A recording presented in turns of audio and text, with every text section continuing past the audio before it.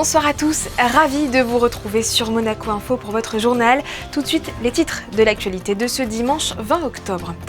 C'était l'attraction du week-end. L'exposition féline a rassemblé les plus beaux chats de toute l'Europe pendant 2 jours à l'espace Léo Ferré. Dans un reportage, vous admirez quelques-unes des 27 races présentées lors de ce rendez-vous devenu incontournable en principauté. En parlant d'attraction, nous prendrons la direction de la foire, ouverte depuis vendredi sur le port Hercule.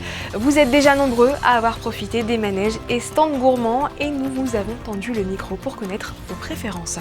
Et puis nous recevrons Victoria Valenia, la chef du Coya Monte Carlo, prépare actuellement le dîner de gala pour Art Food Monaco. L'association souhaite pour l'occasion mettre les femmes à l'honneur. Amateurs de chats, ce rendez-vous est un incontournable pour vous. L'association des Gatti des Mounégou organisait ce week-end à l'espace Léo Ferré sa 7e exposition féline. Combien de chats étaient en lice? Comment sont-ils évalués? Toutes les réponses dans ce reportage de Frédéric Elion et Julien Laugier. Ce sont des éleveurs, des particuliers ou tout simplement des amoureux des chats. Tous se sont retrouvés ce week-end à l'espace Léo Ferré pour la 7e exposition féline internationale. Un événement organisé par l'association des Gatti des Mounégou. Il y a 152 chats inscrits. Il y a un peu de pas mal de races différentes. Des sacrés de Birmanie, des Sibériens, des Maine Coon, ça c'est tous des chats à poil mi-long.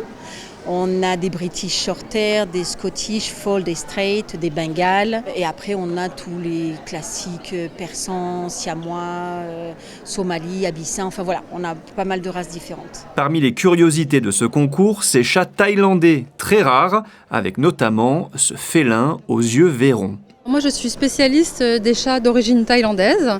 Ce sont des chats sacrés en Thaïlande qui sont protégés par la famille royale. Donc le plus connu est ce qu'on appelait avant le siamois, qui s'appelle maintenant le thaï, puisque le royaume du Siam s'appelle la Thaïlande maintenant. Et il y a plusieurs, il a envie de parler.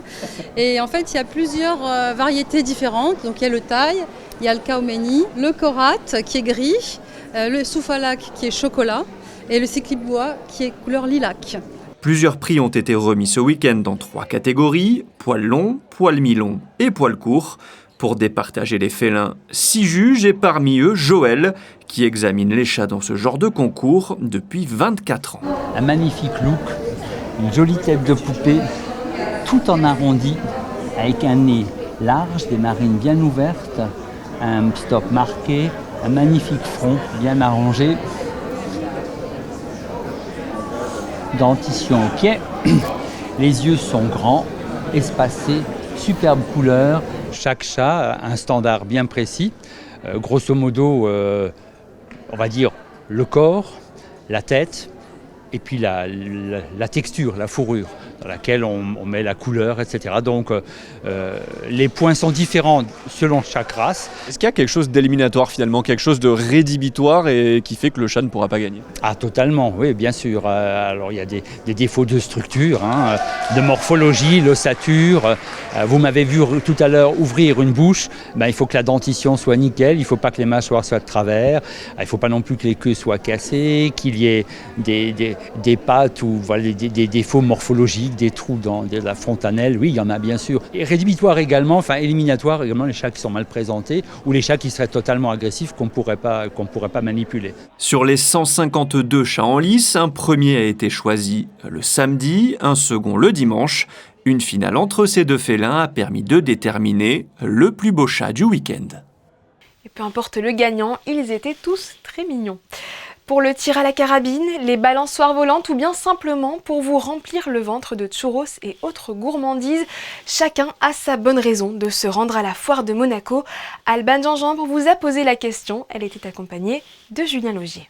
Il y a le toboggan et c'est trop bien le toboggan.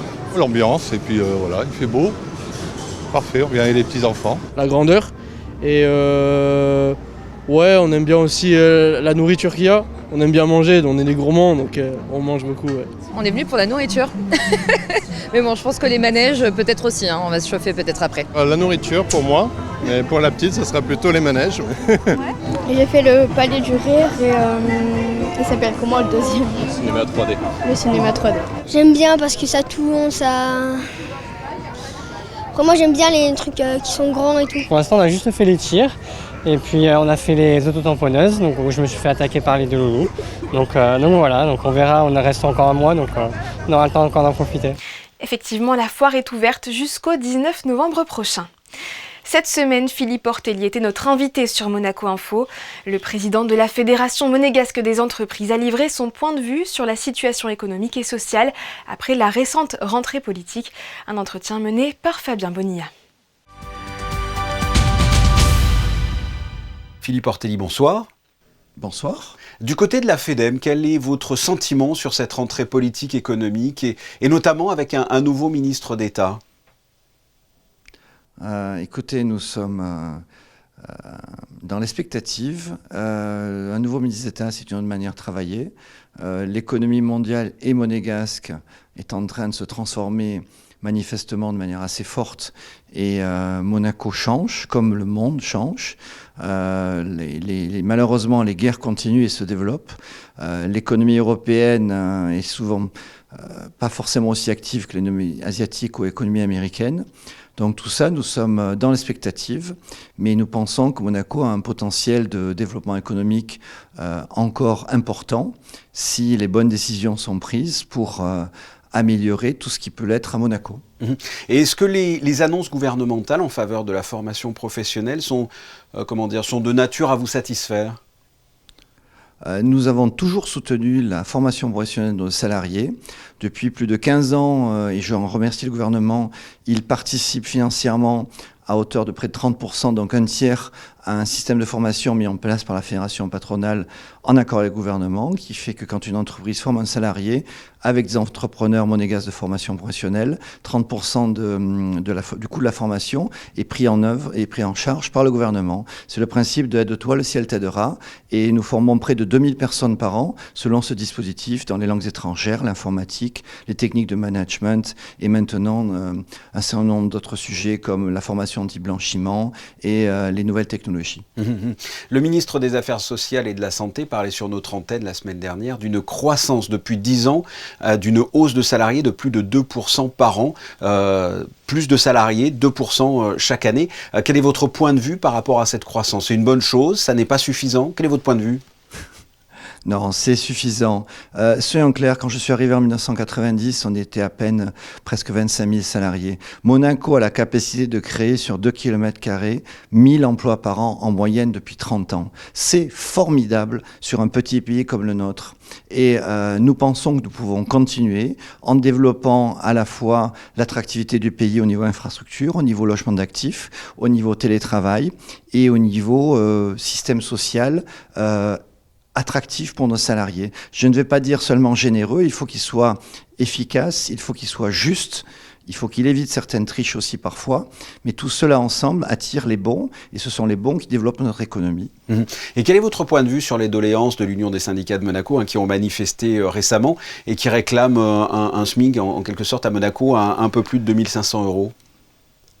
Je répondrai déjà que on a déjà perdu de l'industrie à cause d'un coût de la productivité des serres industrielles relativement élevé. Les dernières industries à Monaco tiennent bon.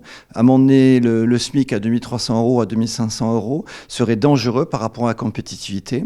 Jusqu'à 3000 € de salaire, le coût d'un salarié à Monaco est beaucoup plus cher qu'en France. Nous n'avons pas les aides Fillon, nous n'avons pas les allègements de charges. Et tout ce qui est activité de production dans le secondaire, dans le primaire, dans le tertiaire, sont pénalisés par rapport à d'autres pays. Je parle de la France, mais bien sûr les pays de l'Est, et bien entendu des pays plus lointains aussi. Si on veut maintenir 4000 emplois dans l'industrie à Monaco comme nous les avons, il faut savoir être raisonnable. Et par ailleurs, toute augmentation de coûts, je dirais pour l'entreprise, risque d'amener soit des délocalisations, des fermetures d'activités, soit des surcoûts dans le prix de vente de nos prestations qui peuvent amener nos clients à nous quitter. Il faut être très prudent là-dessus. Nous avons prouvé que le pouvoir d'achat est maintenu et a été maintenu sur une très longue durée et même amélioré au niveau salarié monégasque. L'IMSEE fait un travail remarquable pour démontrer que le pouvoir d'achat des salariés, secteur par secteur, est clairement augmenté chaque année par les chefs d'entreprise qui sont responsables, qui veulent maintenir l'attractivité de nos entreprises pour attirer les meilleurs à Monaco. Je me répète, nous n'avons pas d'agriculture, pas de mine d'or, pas de pétrole à Monaco. Notre seule richesse, c'est notre capacité à créer un système qui attire les meilleurs pour qu'ils viennent bosser et créer de la richesse à Monaco. Alors je vais me faire l'avocat du diable, mais dans un État comme Monaco, justement, ça ne serait pas envisageable cette répartition des richesses en quelque sorte ? Mais la répartition des richesses est déjà très favorable. Nous avons un salaire médian qui est 30% plus élevé que le salaire médian en France. Donc il faut être conscient de la situation. Un certain nombre de secteurs payent mieux et beaucoup mieux qu'en France. Les prestations médicales, les prestations familiales, les prestations sociales, la retraite sont bien meilleures à Monaco, en plus que le salaire au mois, au quotidien, net, qui est déjà 30% supérieur au salaire français. Il faut savoir raison garder. D'accord. Un autre sujet, Monaco est dans la liste grise du GAFI. Est-ce que c'est un problème pour la FEDEM, pour les entreprises monégasques ? Un certain nombre de secteurs d'activité sont pénalisés par cette mise en liste grise. Nous attendons clairement du gouvernement qu'il prenne les mesures pour nous sortir le plus rapidement possible de cette liste grise. Ce qui est fait est fait. Il faut tirer aussi les leçons du passé, comme l'a dit le ministre de l'économie Pierre-André Capiori, et être beaucoup plus proactif par rapport à l'environnement international de Monaco afin de respecter le cadre que nous sommes engagés à suivre dans les différents accords avec les associations et les systèmes mondiaux. J'imagine que vous avez suivi aussi les annonces de la SNCF sur les trains le soir. Quelle est votre réaction ? C'est un problème pour l'attractivité en principauté pour vous, j'imagine ? Évidemment, toutes les activités qui fonctionnent en 2 postes, ça peut être même en 3 postes. Rappelez-vous à l'époque, Mecaplast avait des bus qui tournaient en 3-8 pour venir chercher les ouvriers à Vintimille et les amener à Monaco travailler. Aujourd'hui, les industries travaillent encore en 2-8 quand elles ont activité. Ça veut dire qu'on finit à 10h du soir. Le temps d'aller à la gare, on n'y a plus de train. Et puis, bien entendu, toutes les activités de l'hôtellerie, de la restauration ou du gardiennage, ce sont des tas d'activités qui ont besoin clairement d'avoir des systèmes de transport, des infrastructures de transport efficaces, raisonnables et cohérentes par rapport à notre développement économique. Nos salariés ne doivent pas être obligés de prendre des moyens de transport qui peuvent être même dangereux le soir ou la nuit parce que la SNCF n'est plus disponible. La décision d'arrêter les trains à 9h du soir sans concertation était absolument inadmissible. Heureusement, le ministre d'État a fait le travail pour faire revenir en arrière la SNCF, mais ça traduit encore et toujours un certain état d'esprit qui ne nous satisfait absolument pas. Philippe Ortelli, merci de nous avoir exposé votre point de vue. Merci beaucoup. Merci à vous. Retoucher des vêtements ou réparer des objets défaillants, c'est tout l'enjeu des Monégout Repair Café. Plusieurs particuliers se sont rendus au parc Princesse-Antoinette lors d'un atelier organisé hier, en espérant redonner une nouvelle vie aux biens auxquels ils sont attachés. Cela fait des heureux et cela permet surtout d'éviter le gaspillage. Marie Bonnet-Blanc et Julien Logier. Machine à café, grille, pain ou encore centrale vapeur, tous ces objets espèrent éviter la poubelle. De façon tout à fait aléatoire, le boîtier pour ouvrir ce bloc. Ici, c'est une chaîne IFI dont le lecteur CD fonctionne mal. Son propriétaire, Xavier, ne voulait pas la jeter. Ça permet d'essayer de recycler, de préserver, d'économiser un petit peu, plutôt que de systématiquement changer un appareil dès qu'il est hors d'usage. Enfin, donc dès qu'on pense qu'il est hors d'usage, parce qu'en réalité, c'est peut-être pas grand-chose. Sauf que moi, j'y connais rien et qu'il y a des gens qui, eux, sont spécialistes et qui peuvent arranger les choses. Tournevis, écrou ou encore fil électrique, les techniciens sont venus équipés, mais surtout bénévolement, avec un seul objectif en tête. C'est un plaisir de venir d'aider les gens. C'est vraiment la plus grande satisfaction de voir des gens repartir avec le sourire. On a l'impression d'avoir fait quelque chose d'intéressant aujourd'hui. On peut aller se coucher tranquille. Une volonté de bien faire, même si parfois certains objets donnent du fil à retordre, il y a toujours une solution. Je vais l'emporter en atelier. Peut-être que ça demande plus de temps, peut-être que demain matin, en me réveillant, je dis « Ah, mais j'ai une idée !» etc. Alors je prendrai vos coordonnées et s'il arrive quelque chose de bien, je vous rappellerai, je vous indiquerai. Et à une occasion d'un autre atelier, on vous le ramènera. D'accord. On fait comme ça. Parfait. Voilà. Il y a encore l'espoir. Sur place, il arrive souvent que la solution soit simplement un petit coup de probe comme pour la chaîne IFI de Xavier. Ce n'était finalement qu'une question de poussière. J'ai nettoyé et j'ai remonté et maintenant ça a l'air de fonctionner. Hop. Le disque sort, le disque rentre. Alors ne jetez plus grâce à ces Monego Repair Café. Depuis 2 ans, c'est plus de 400 objets qui ont pu obtenir une seconde vie. Et puis maintenant, je vais pouvoir laisser la place à mon épouse parce qu'elle a un problème avec sa machine à pain. Et la date de ce rendez-vous n'a pas été choisie au hasard par la mairie de Monaco à l'origine de l'initiative, puisque ce week-end était marqué par les Journées nationales de la réparation. Nous avons le plaisir de recevoir ce soir la chef du Coya Monte Carlo. Victoria Valenia mettra à disposition tout son talent et son inspiration latine mardi prochain à l'occasion d'un gala organisé à l'Hôtel de Paris où nous la retrouvons. Bonsoir Victoria Valenia. Bonsoir Sarah, comment allez-vous ? Très bien, merci. Merci de nous accorder un peu de temps alors que vous êtes déjà, on l'imagine, dans les préparatifs du dîner de cette soirée de gala. Cet événement baptisé Amarelle est l'idée d'Art Food Monaco. L'association souhaite mettre à l'honneur les femmes qui œuvrent dans différents domaines comme l'art ou la gastronomie. Pourquoi cette participation vous tenait-elle à cœur ?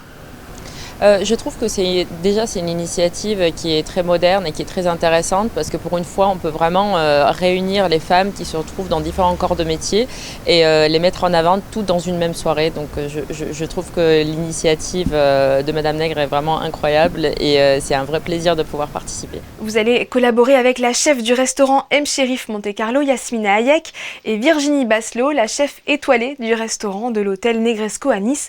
Vous vous connaissiez déjà ou vous vous êtes rencontrés pour cette occasion spéciale ? Alors, je connaissais déjà Yasmina depuis quelques années, depuis l'ouverture d'M. Chérif. Et pour la chef Virginie, ça sera une première fois que je travaillerai avec elle.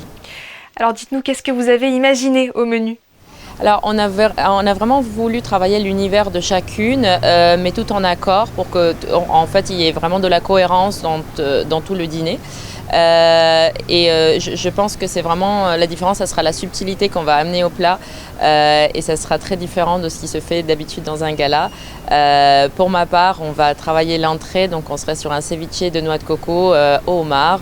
C'est vraiment quelque chose qui est tout en douceur et relevé un petit peu vers la fin. J'aimerais revenir sur votre parcours. Vous avez réussi à vous faire une place dans un milieu qui est encore majoritairement masculin. Cela a été un challenge pour vous ? Non, ça a été vraiment un challenge, ça a été une épreuve et c'est encore une épreuve. Je pense qu'aujourd'hui, au fil des années, j'arrive à ne pas bloquer sur le fait en fait, de parler de genre. Mais je pense que ce qui m'a beaucoup bloqué, c'était pas uniquement être une femme, mais également d'être très jeune, car j'ai été chef de cuisine à 26 ans. Et je pense que c'était le challenge, ça a été vraiment de mener, de travailler avec les deux en fait et de pouvoir faire ce que j'aime faire. Mais au final, je pense que quand on travaille avec beaucoup de passion, en fait, peu importe notre genre, on va réussir. Et pour moi, dès que je mets mon tablier de cuisine, en fait, on devient des cuisiniers. Je ne fais pas vraiment attention au genre. Merci Victoria Valenia pour cet échange. On vous souhaite de bons préparatifs pour ce dîner de gala qui, on le rappelle, aura lieu mardi prochain à la salle Empire de l'Hôtel de Paris. À noter que les fonds de cette action seront reversés au Zonta Club de Monaco qui œuvre en faveur des droits des femmes. Merci beaucoup. Jeunes parents, le reportage qui va suivre s'adresse à vous. Vous le savez bien, les nuits lorsque l'on a un nourrisson représentent un vrai challenge. Alors, l'association L'Enfant d'eau a organisé une conférence pour tout comprendre sur le sommeil des bébés hier à la bibliothèque Louis Notary. Si vous l'avez manqué, voici ce qu'il fallait en retenir avec Gaëtan Lebrun et Julien Logier. Ça me fait chaud au cœur de voir tout cela. Et donc c'est parti, on va parler sommeil bébé. Ce samedi 19 octobre, la bibliothèque Louis Notary a accueilli au cours d'une conférence sur le sommeil des bébés l'association L'Enfant d'eau, une association créée par Samantha Ciarlet dans le but d'informer les parents sur l'importance du sommeil pour les nouveau-nés et donner des clés aux jeunes parents afin d'offrir à l'enfant un sommeil de qualité et par la même occasion faciliter la nuit des parents. L'idée, c'est de faire venir des jeunes parents, futurs parents, des parents déjà d'enfants, et de leur évoquer un petit peu le sujet du sommeil des enfants, le comprendre, les cycles, les étapes, mais aussi partager quelques petites méthodologies qui sont propices à un sommeil de qualité. Voilà, et donc échanger sur le sujet et voilà, sensibiliser, éduquer au sommeil des enfants. Les bibliothèques Louis Notari et Princesse Caroline ont fait de l'enfance un des enjeux primordiaux de la principauté à travers la mise en place de nombreux ateliers, tous dédiés au bon développement de l'enfant. Nous accueillons tous les mardis matins à la bibliothèque Caroline, de 10h à midi les petits. Nous aménageons un espace avec du matériel spécifique et adapté à l'éveil sensoriel. Alors on y fait des lectures en français et en anglais parfois, et du langage des signes entre les enfants et les parents, qui est quelque chose qui se développe de plus en plus aujourd'hui. Et puis nous faisons appel à des intervenants extérieurs, des professionnels qui viennent parler de sujets importants comme le sommeil ou le temps d'écran pour les enfants. Et bien évidemment, nous avons des collections pour les tout-petits que les parents peuvent emprunter, donc des ouvrages adaptés en tissu ou en carton, des jeux, des jouets. Et puis nous avons mis en place un rayon très important sur la parentalité qui aborde tous les sujets pour les parents qui vont de la grossesse à l'adolescence. Prochain atelier, le Ciné-Club ce mardi 22 octobre à 18h30 à la médiathèque Louis Notari, où la spécialiste cinéma Mireille Vercellino présentera le film L'Épouvantail, sorti en 1973. Parlons sport à présent, et les yeux des Monégasques seront rivés sur Charles Leclerc ce soir. Le pilote Ferrari est 4e sur la grille de départ du Grand Prix des États-Unis, dont le coup d'envoi sera donné à 21h heure française. Une victoire serait pour lui un beau cadeau d'anniversaire. Le petit prince de la F1 a soufflé ses 27 bougies mercredi le 16 octobre. On reviendra évidemment sur les résultats de la course dans l'édition de demain. En triathlon, hier, Cassandre Beaugrand est devenue la première Française à décrocher le titre de championne du monde. La sociétaire de l'AS Monaco Triathlon avait déjà raflé l'or aux Jeux Olympiques de Paris cet été. Elle réalise donc un doublé rarissime dans l'histoire de sa discipline.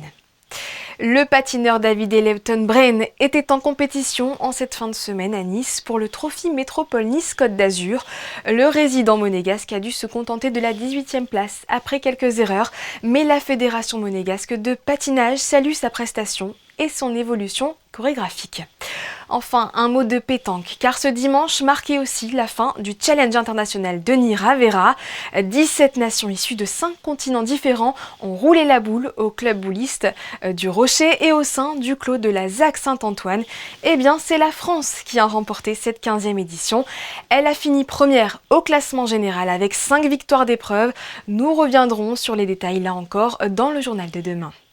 Elle a été créée en 1999 et rassemble tous les ans plusieurs milliers de coureurs et marcheurs. Je parle de la No Finish Line. Eh bien, cette célèbre course fête cette année ses 25 ans.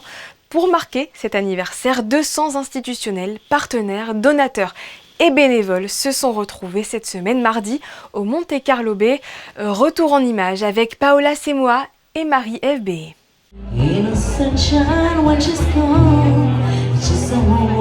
Ambiance festive ce soir au Monte Carlo Bay, au menu champagne, animation et surtout célébration. Parce que la No Finish Line, qui est née il y a 25 ans, n'aurait pas perduré sans la participation de toutes ces personnes.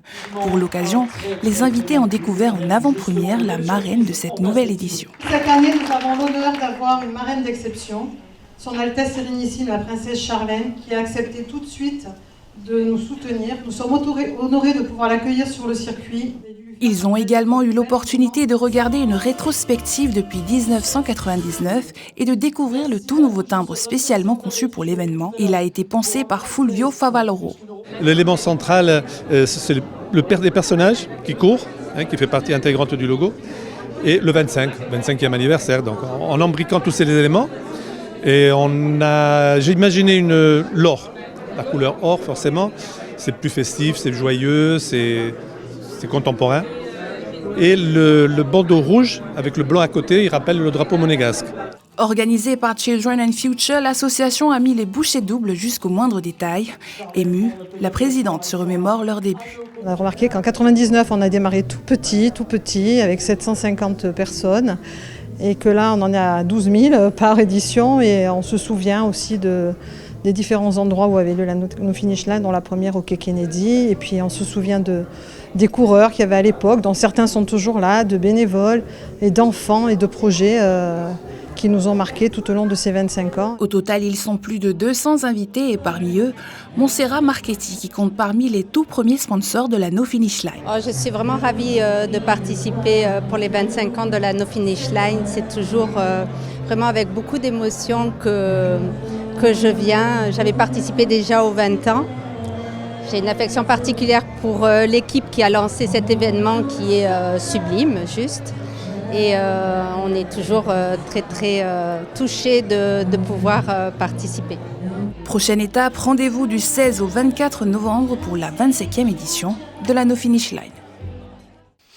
Avant de refermer ce journal, le point sur les prévisions météo de demain avec Alban Gingembre. Bonsoir Alban. Alors dites-nous, comment va démarrer cette nouvelle semaine ? Bonsoir Sarah, bonsoir à tous. C'est sous le soleil que nous démarrons la semaine en principauté. La météo reste stable avec, comme aujourd'hui, un ciel lumineux. Le thermomètre affichera 18 degrés le matin et jusqu'à 22 degrés l'après-midi. Du beau temps qui se poursuivra quelques jours avant de se dégrader à partir de jeudi. Alors profitons de ces éclaircies. Et lundi 21 octobre, nous fêterons les Célines.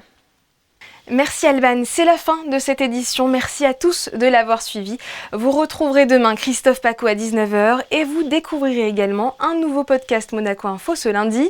Le directeur de l'Académie Princesse Grace, Luca Massala, sera au micro de Geneviève Berthy pour évoquer son quotidien aux côtés des élèves de la prestigieuse école de danse.